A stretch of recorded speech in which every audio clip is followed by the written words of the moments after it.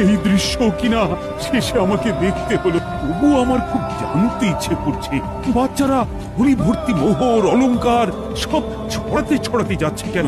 মহারাজ, আর একটা ব্যাপার কি আপনি লক্ষ্য করেছেন? কি বলতো? গোপালের দেহ কারা কাঁধে করে নিয়ে যাচ্ছে? হয়তো মন্ত্রী, সেনাপতি, জ্যোতিষী আর পণ্ডিত। আসলে গোপালের এই শেষ যাত্রা আমাদের কিছু শিক্ষা দিয়ে যাচ্ছে মহারাজ। এই যে দেখুন, যারা গোপালকে সহ্য করতে পারত না, এখন তাদেরই কাঁধে গোপাল যাচ্ছে। তার মানে শেষ পর্যন্ত কেউই কারোর শত্রু থাকে না, সবাই মান অভিমান করে কাঁধে কাঁধ মিলিয়ে পার করে দেয়। তাই তো ওই যে মোহর আর অলংকার ছড়িয়ে যাচ্ছে, সেটাও বুঝিয়ে দেয় যে এই অর্থ